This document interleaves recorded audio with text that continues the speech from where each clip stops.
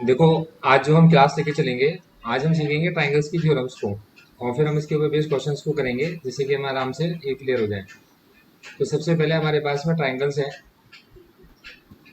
तो ये एक इम्पॉर्टेंट चैप्टर है, और इस चैप्टर के अंदर मतलब जो क्वेश्चंस पूछे जाते हैं जनरली थ्योरम्स आसान होती है, थ्योरम्स के ऊपर बेस्ड क्वेश्चंस होते हैं। तो पहले हमें थ्योरम्स को सीखना है और फिर उसके ऊपर बेस्ड क्वेश्चंस को सीखना है। तो सबसे पहली थ्योरम जो हमारे पास आती है वो है हमारी बेसिक प्रोपोर्शनैलिटी थ्योरम, मतलब इसे आप बीपीटी थ्योरम के नाम से जानते हो। तो बीपीटी थ्योरम, अब बीपीटी थ्योरम का सबसे पहले लिखा जाता है statement.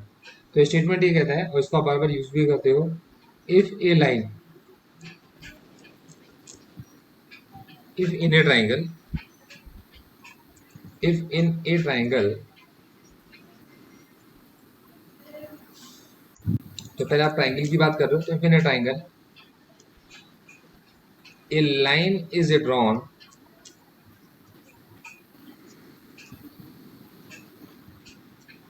Parallel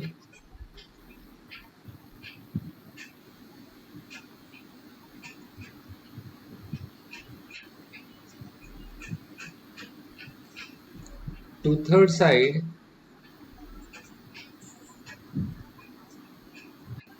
then it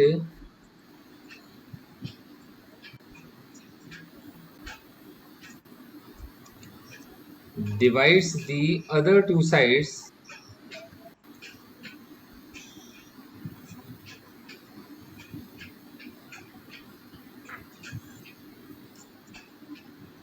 proportionally.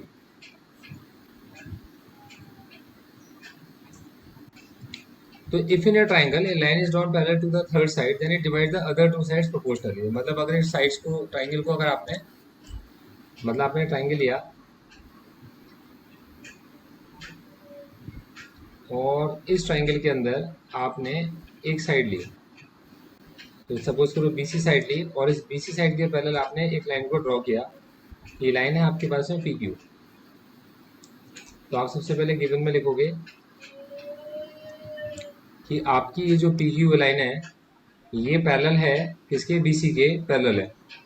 तो आपने लिखा कि आपकी side given P Q parallel है किसके, बीसी के पैरेलल है। अब आपको टू शो करना है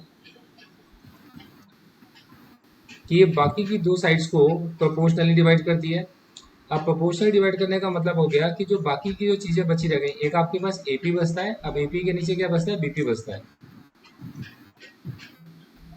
तो वहां पर आपके पास ए क्यू बचता है, तो ए क्यू के साथ आपको सी क्यू बचता है। तो आपने कहा एपी अपॉन बीपी, और इसी के साथ है A Q upon C Q. तो आपको शो करना है कि A P upon B P किसके इक्वल है, A Q upon C Q के इक्वल है। आपको ये शो करना है। अब आप इसको शो करने के लिए आप छोटे से कंस्ट्रक्शन पर आते हैं।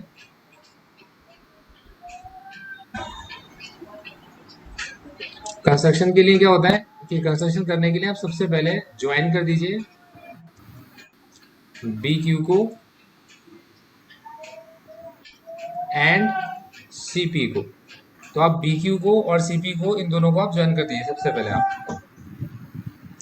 तो पहले तो आप ये फिगर ड्रॉ कर लीजिए, साथ साथ वैसे मैं आपको इसकी रिकॉर्डिंग भी दूंगा।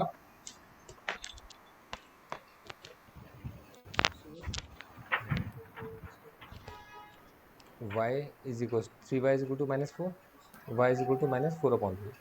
बस ये आंसर एक ही निकला, एक्स ही नहीं है। तो then B Q is equal to C P. तो आपने क्या करा, बी क्यू को सी पी के इक्वल आपने ज्वाइन, बी क्यू और सी पी को आपने ज्वाइन कर दिया। अब आप इसके प्रूफ पर आएंगे। अच्छा, एक कंस्ट्रक्शन और कर लीजिए। फ्रॉम ए, फ्रॉम पी, एक पी पॉइंट से draw perpendicular on A C and from Q draw perpendicular on A B. अब देखो ये आपके लिए इतना आसान हो जाएगा, मैं समझाता हूँ आपको। ये आपके लिए इतना आसान हो जाएगा कि आप बेसिकली चाह क्या रहे हो। आप ये चाह रहे हो कि ये ट्राइंगल एबीसी है, इसके अंदर ये पी क्यू लाइन जो है ये पैरेलल है इसके बीसी के, किसी तरीके से ये एपी और बीपी का रेशियो और ए क्यू और सी क्यू का रेशियो बराबर हो जाए। अब उसके लिए आपको एपी भी चाहिए और आपको बीपी भी चाहिए। अब आपको ए क्यू भी चाहिए और आपको सी क्यू भी चाहिए। तो आपने क्या करा, सबसे पहले एक ट्राइंगल बनाने की कोशिश की आपने सी को पी से ज्वाइन करके, और एक ट्राइंगल बनाने की कोशिश की आपने बी को क्यू से ज्वाइन करके। तो आपने सबसे पहले एक ट्राइंगल बनाया है बी को क्यू से ज्वाइन करके, और एक आपने पी को सी से ज्वाइन करके। अब आपको ट्राइंगल पता चल गए, तो ट्राइंगल की आपको हाइट भी पता होनी चाहिए। तो पी पॉइंट से अगर आप इस ट्राइंगल की हाइट निकालने की कोशिश करोगे तो यहाँ पर कोई परपेंडिकुलर नहीं बन सकता। तो ये परपेंडिकुलर इस लाइन के ऊपर बन सकता है, एसी के ऊपर। तो इसलिए आपने क्या करा है कि आपने एक परपेंडिकुलर लाइन को ड्रॉ किया, मतलब एक लाइन बिल्कुल सीधी परपेंडिकुलर आपने ड्रॉ की है, और वो कितनी आपके पास में इस जगह पर, इसका नाम मैं ए एम रख देता हूँ। और एक आपने एक ऐसे बिल्कुल सीधी लाइन ड्रॉ करी है, ये कितनी आपके पास में क्यू एन है, और ये भी आज का नाम आपने क्यू एन रख दिया, मतलब एक परपेंडिकुलर है पी एम और एक परपेंडिकुलर आपके पास क्यू एन है। तो ये आपने ड्रॉ कर दिया सबसे पहले। तो सबसे पहले आप ये एक फिगर बना लीजिए, जिससे कि आपको ये फिगर आराम से बन जाएगी, तो आप इसको बहुत अच्छे से यूज़ कर पाओगे। और फिर मैं आपको इसका आसान तरीका आपको सिखाता हूँ कि आप इसे कर पाओ। पहले यहाँ तक का क्लियर है आपको? Yes sir. यहाँ तक कि पहले एक फिगर पूरी ड्रॉ कर लीजिए और इसको पूरा उतार लीजिए, ड्रॉ इसको जो नोट डाउन कर लीजिए, क्योंकि मुझे इस फिगर की जरूरत है, तो मुझे बाकी सारा पोर्शन रब करना पड़ेगा। ओके। अब देखिए मैं इसको रब कर देता हूँ।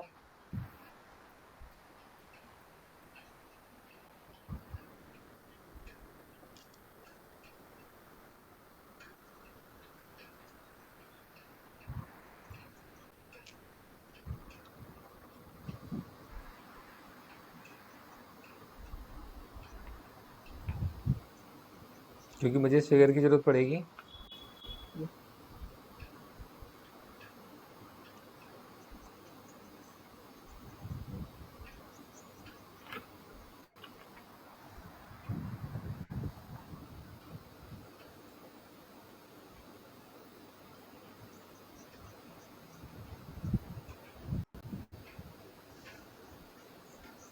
अभी क्लियर हो गया ज़्यादा अच्छा।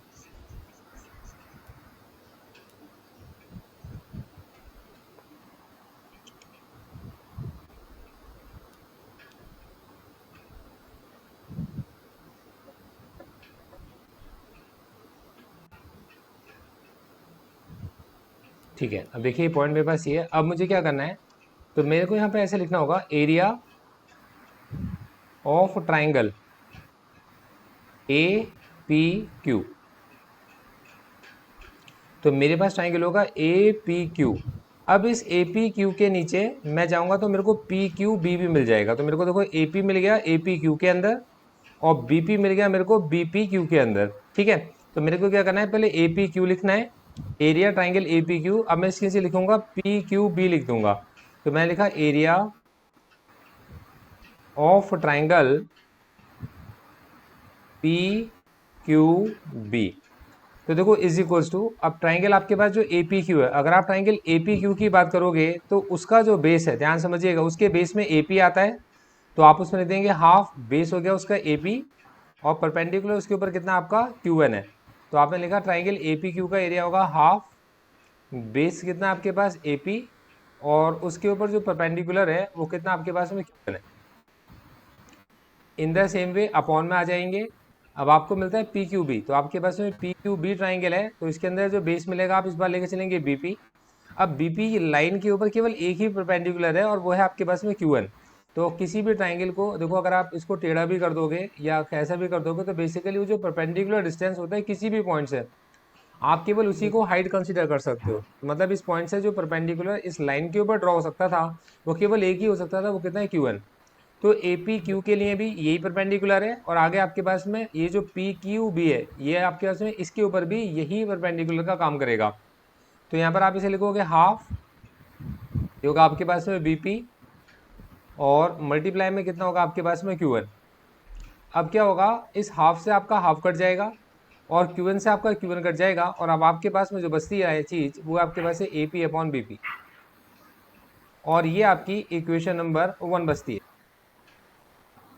ठीक है, बिल्कुल सेम तरीके से अब आपको जो प्रूव करना रह गया है वो है आपके पास में, जैसा आपने ए पी क्यू लिया, वापस से आप ए पी क्यू लोगे क्योंकि इस बार आपको ए क्यू चाहिए, तो इस बार आप ए पी क्यू रखे, अगर आप उसे ए क्यू पी बोल दोगे या आप ए पी क्यू भी लिख सकते हो, और बात तो एक ही रहेगी। और आपके पास में इस बार बेस आप ए क्यू लेके चलेंगे और अगला जो लेके चलेंगे वो पी क्यू सी आप लेके चलेंगे। तो आपने बिल्कुल सेम तरीके से करना है।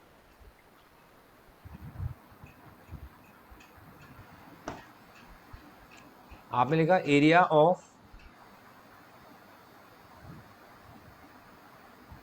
ट्रायंगल, ऊपर लिखा आपने ए पी क्यू, अपॉन में आपने लिखा एरिया ऑफ ट्रायंगल, जैसा आपने ए पी क्यू लिखा अब आप क्या लिखोगे, पी क्यू सी लिखोगे। एरिया ऑफ ट्रायंगल आपने लिखा पी क्यू सी, और यहाँ पर अब आप जो देखोगे तो ए पी क्यू के लिए इस बार जो आप बेस लेके चलोगे तो ए पी क्यू ट्राइंगल का बेस ए पी भी हो सकता था, पी क्यू भी हो सकता था और ए क्यू भी हो सकता है। तो हम बेस जो लेके चल रहे हैं ए क्यू लेके चल रहे हैं, तो हाफ हमने क्या लिखा, बेस आपके पास जो इस बार आपने लिया है वो ए क्यू लिया है, और इस लाइन के ऊपर जो आपने परपेंडिकुलर लिया है वो आपने पी एम लिया है। तो आप A Q into P M upon में हाफ, जो अगला ट्राइंगल आपने पी क्यू सी लिया है तो उसके अंदर आपके पास में क्यू सी, और इस क्यू सी के साथ मल्टीप्लाई में कितना आपके पास में पी एम है। yes sir, तो ये होगा आपके पास में आपका हाफ और हाफ कट जाएंगे और पी एम कट जाएगा, तो इज इक्वल्स टू कितना बचा रहेगा आपके पास, ए क्यू अपॉन क्यू सी बचा रह गया। yes ठीक है, ये हमारी इक्वेशन नंबर सेकंड बन गई। तो इक्वेशन नंबर वन हमारे पास है, इक्वेशन नंबर टू हमारे पास है, और अब हमें इसके अंदर एक छोटा सा स्टेटमेंट लिखना है जो हम लोगों ने 9th क्लास के अंदर सीखा था। अब वो स्टेटमेंट क्या है जरा मैं आपको समझाता हूँ। तो पहले आपने यहाँ तक का नोट कर लेना है, और फिर मैं एक स्टेटमेंट लिखता हूँ जिसके बाद मुझे इसको रब करना पड़ेगा। तो मैं इसका स्टेटमेंट यहाँ लिख देता हूँ जिससे कि आपको ध्यान रहे कि हम लोगों ने पहले यहाँ तक इक्वेशन नंबर वन बनाई है, और फिर इसके बाद हम लोगों ने हाँ आए हैं और ये इक्वेशन नंबर हम लोगों ने टू बनाई है। और अब हम इसके बाद एक स्टेटमेंट लिख रहे हैं, इसके अंदर स्टेटमेंट है आपके पास में इफ, आप लिखेंगे area of triangles having same base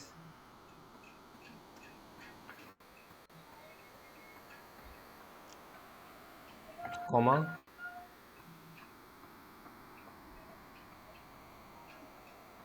lying in between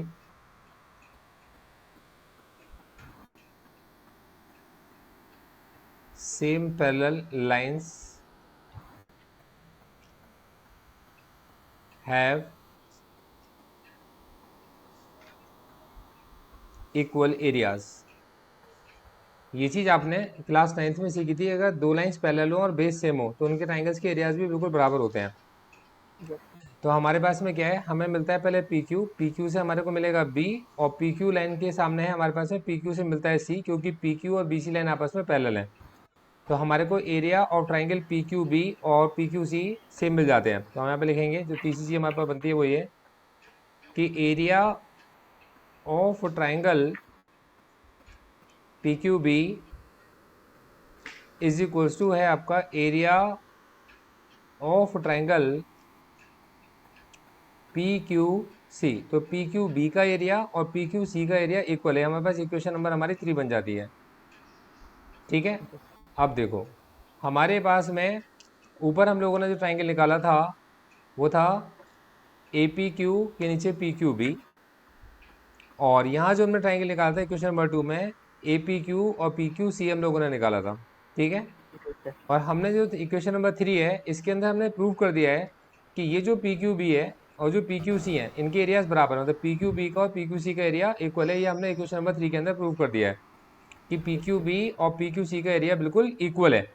तो इसका मतलब हो गया कि 1 और 2 का जो लेफ्ट वाला पोर्शन है दोनों में ए पी क्यू आता है, एक में पी क्यू बी आता है और एक में पी क्यू सी आता है, तो मतलब लेफ्ट वाला पोर्शन तो इक्वल ही है।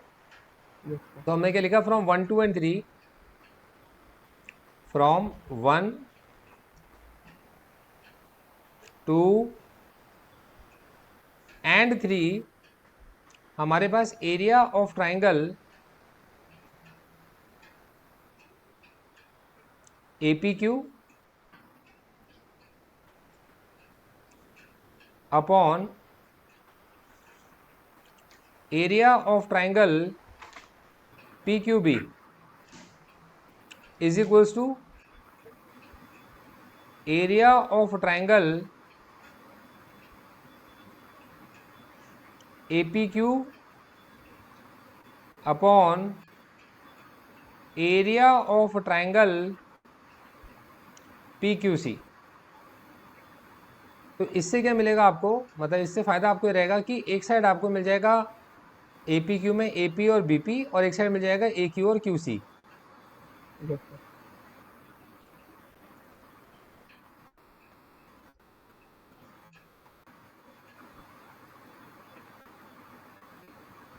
और इस साइड आपको मिल जाएगा ए क्यू और क्यू सी, और ये पार्ट आपका इजीली प्रूव्ड हो गया।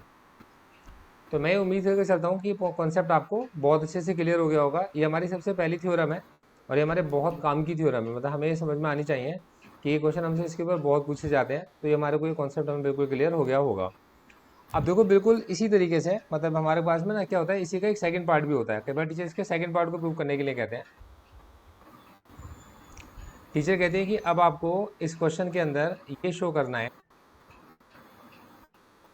कि ये ए बी सी ट्राइंगल है और ये आपके पास में पी क्यू है, और इसके अंदर टीचर कई बार आपसे कहते हैं कि ये शो करो, टू प्रूव करो कि ये जो ए पी अपॉन, अब A P upon B P ना होकर A P upon A B लिख देते हैं टीचर, ठीक है। A P upon A B equal होगा ए क्यू अपॉन ए सी के। अब क्या होता है कि कई टीचर इसको क्या करते हैं, पहले बीपीटी प्रूव कराते हैं और फिर बीपीटी प्रूव कराने के बाद में उसमें +1 करते हैं, ऊपर नीचे करते रहते हैं। मतलब वो भी एक तरीका है, लेकिन वो ना रटने वाला तरीका है जिसको मैं प्रेफर नहीं करता। मैं आपको इसका आसान तरीका सिखाता हूँ। मतलब एक तो आपकी थ्योरम हो गई जिसमें A P upon B Q को आपने A Q upon Q C के इक्वल प्रूव कर दिया। मतलब ये लाइन आपकी पी क्यू पैरेलल है किसके, इस लाइन बी सी के पैरेलल है, और ए पी का और बी पी का रेशो और ए क्यू का और क्यू सी का रेशो आपने इक्वल प्रूव कर दिया है। लेकिन एक और चीज़ है जिसके अंदर आप ए पी के नीचे आप ए बी को लेकर आते हो और ए क्यू के नीचे आप पूरे ए सी को लेकर आते हो, और आपको ये प्रूव करना है टीचर ने कि इक्वल प्रूव करो।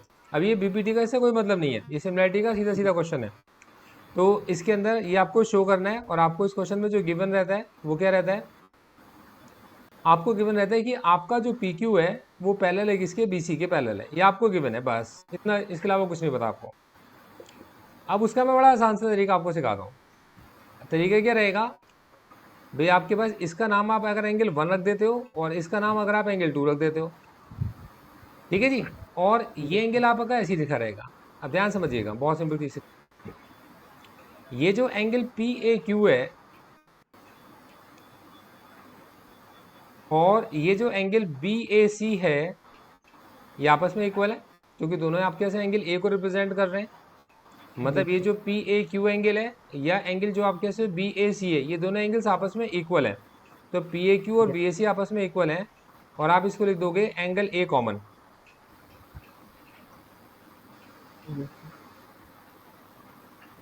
ठीक है जी, तो एंगल ए आपके इसमें कॉमन है। अब इसी के साथ ये जो एंगल 1 है इस एंगल 2 के इक्वल है।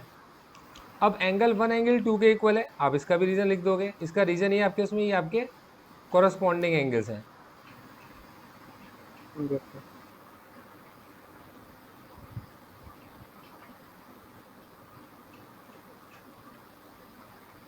तो एंगल 1 एंगल 2 के इक्वल है करस्पॉन्डिंग एंगल्स, एंगल ये दोनों के अंदर कॉमन निकल कर आता है। अब हमारे पास दो एंगल्स बराबर होगा तो इसको बोलते हैं डबल सिमिलरिटी। फ्रॉम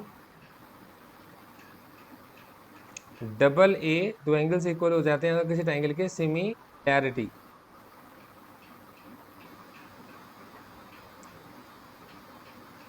ठीक है जी, तो डबल ए सिमिलरिटी से क्या फायदा होता है, फ्रॉम डबल ए सिमिलरिटी हमारा जो ट्राइंगल है पी ए क्यू ये सिमिलर हो गया किसके, ट्राइंगल बी ए सी के सिमिलर हो गया। अब सिमिलर ट्राइंगल्स की प्रॉपर्टी होती है कि साइड्स का रेशियो इक्वल होता है। तो इसका मतलब हो गया कि पहले वाले ट्राइंगल की जो साइड ए पी है उसके नीचे सेम जगह पर उसी साइड में जो ट्राइंगल है बड़ा ट्राइंगल उसकी साइड ए बी आ जाएगी। जो छोटे ट्राइंगल की साइड ए क्यू है तो बड़े ट्राइंगल की साइड AC आ जाएगी, और जो छोटे ट्राइंगल की साइड PQ है उसके नीचे वाली साइड आपके पास में BC आ जाएगी। ये पार्ट आपने क्या करा, इजीली प्रूफ कर दिया। है तो कोई डाउट? No sir. तो एक बार इसको नोट करो, और ये थ्योरम करके अभी मेरे को 5 बार करके आप पहले मेरे को भेजो साइन करा के, फिर मैं आपको अगली थ्योरम सिखाऊंगा, फिर वो 5 बार करके आप मुझे भेजो, फिर मैं आपको अगली थ्योरम सिखाऊंगा। तो आज दिन भर आप बैठ के केवल मैथ पढ़ोगे, ठीक है?